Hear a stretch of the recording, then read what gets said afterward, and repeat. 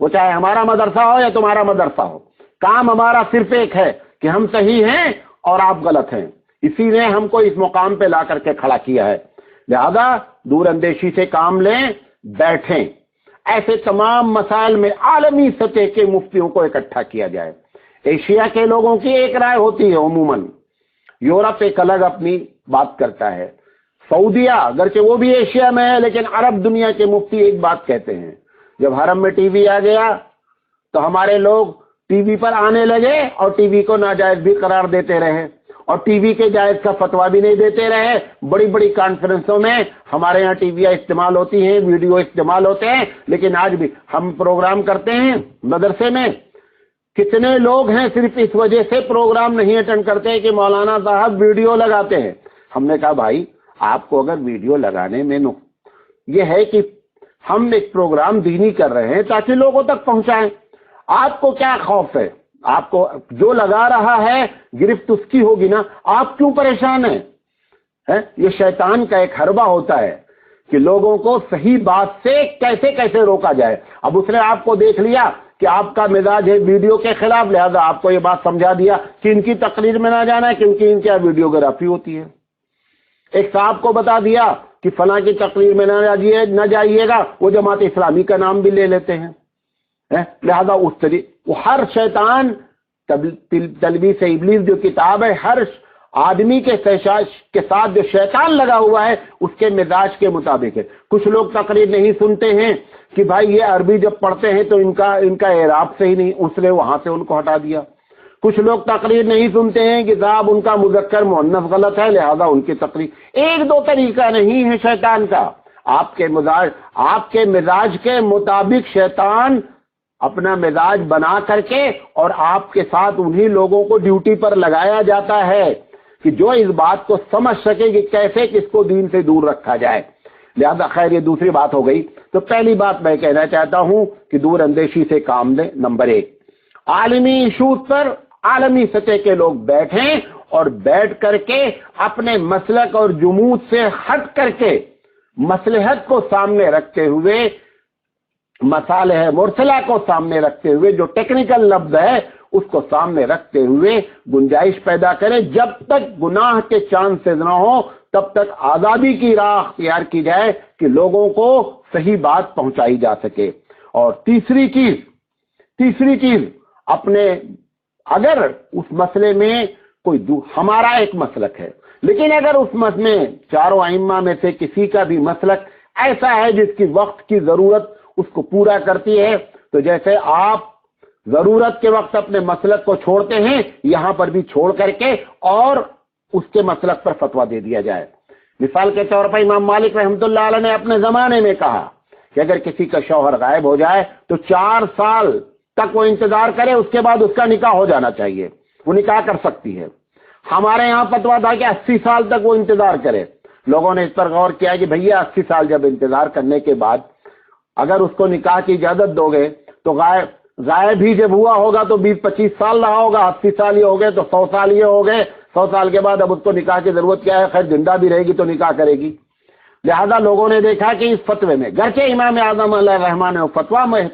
محتاط انداز میں دیا تھا، میں اس پر کوئی کمنٹ نہیں کرنا چاہتا ہوں، وہ ان کا احتیاط تھا، لیکن وقت کا تقاضا تھا اور ہم نے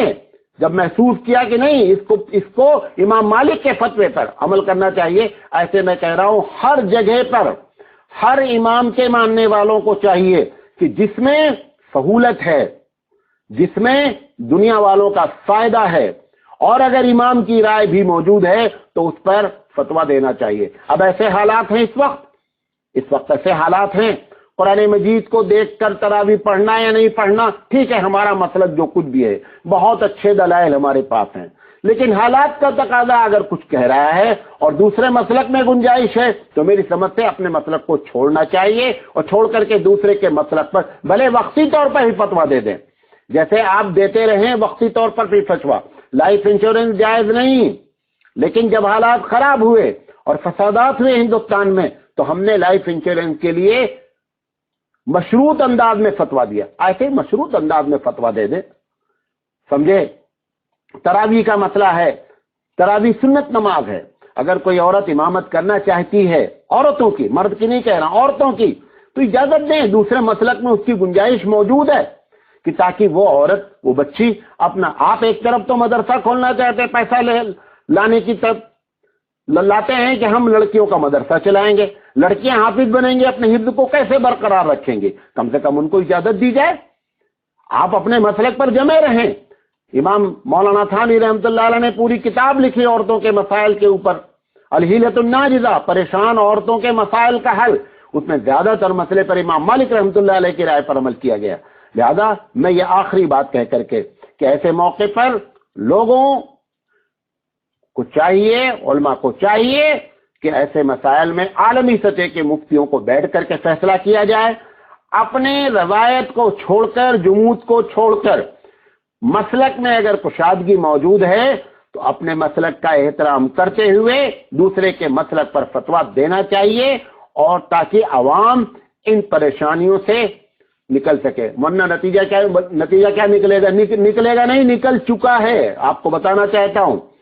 ایک بہت بڑا طبقہ جو پڑھا لکھا ہے، وہ گرچہ ہمارے احترام میں ہمارے منہ پر کچھ نہیں بولتا، لیکن اندر اندر وہ یہ بات، ان کا دل کہتا رہتا ہے کہ یہ وہ لوگ ہیں جو کسی مسئلے کا حل نہیں ہے،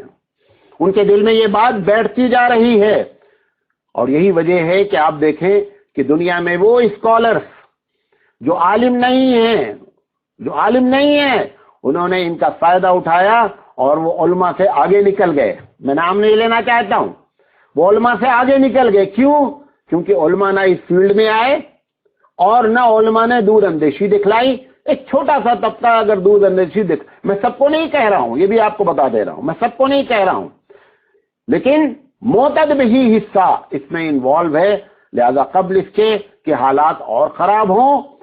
سوشل میڈیا اور میڈیا کے بارے میں بیٹھ کر جس طریقے سے ہم بجٹ بناتے ہیں، ایک بجٹ بنائے کہ ہم چینل چلانا چاہتے ہیں، اور چینل صرف اردو میں نہیں، چینل صرف تمل میں نہیں، بلکہ ایسا چینل ہو کہ جو پوری دنیا کو کور کر سکے، ہر زبان میں ہو، 24 گھنٹے اس سے بات کرنے والے لوگ موجود ہوں، اور اس کی بڑی ترتیبیں ہیں، لوگ موجود ہیں، ٹیکنیکل قسم کے لوگ ہمارے پاس موجود ہیں، صلاحیت والے لوگ موجود ہیں۔ اور نتیجہ یہ بھی ہے، دیکھیں کہ بڑے بڑے ڈیبیٹ ہوتے ہیں، جو لوگ اسکالرس ہیں، جو سبجیکٹ کو جانتے ہیں، ان کو بلانے والا کوئی نہیں ہے۔ جو غیر اسکالر ہیں وہ وہاں کود کر کے جا کر کے بیٹھتے ہیں، اور گودی میڈیا کی طرح ان کی گود میں بیٹھ کر کے انہی کی طرح جوابات دیتے ہیں، اور نتیجہ نکلتا ہے کہ آپ سنتے ہیں اور کڑتے ہیں۔ اگر ہمارا میڈیا ہوتا تو ہم ان سے ڈیبیٹ کرتے، ان کو لوگوں کو اپنے یہاں بلاتے، اور حقیقت اس وقت ہماری جو ہے وہ سامنے آتی کہ حقیقت کیا ہے۔ اور یہ سب اس لیے کیا جا رہا ہے بھیا، آپ کے اسلام کے خلاف اس لیے کیا جا رہا ہے۔ ایک جملے میں کہہ کر اپنی بات ختم کروں گا کہ تم سے زیادہ لوگ اسلام کے بارے میں جان گئے ہیں کہ اسلام دین حق ہے۔ اگر اس کی تردید اور اس کی مخالفت نہیں کی گئی تو نتیجہ یہ نکلے گا کہ دنیا کا جو کنورژن ہے، ابھی بھی رپورٹ ہے، یورپ کا سب سے پسندیدہ مذہب اس وقت اسلام ہے، جبکہ ہماری کوئی محنت اس میں داخل نہیں ہے۔ آپ کی بغیر محنت کے سب سے پسندیدہ مذہب ہے۔ اگر آپ محنت کرنے لگیں، سوشل میڈیا اور میڈیا کو کنٹرول کریں، تو یدخلون فی دین اللہ افواجا، اللہ کے دین میں لوگ فوج در فوج داخل ہونے کا منظر دوبارہ پیش آ سکتا ہے۔ یہ محض لوگوں کو اویئر کرانے کے لیے، باخبر کرنے کے لیے تقریر کی گئی ہے۔ اس کے خلاف آپ فتویٰ بھی دے سکتے ہیں، مجھے گالیاں بھی دے سکتے ہیں، لیکن میں چاہتا ہوں کہ لوگ اس موضوع کو سوچیں اور اس پر کچھ کرنے کے ٹھانے۔ وآخر دعوانا ان الحمدللہ رب العالمین۔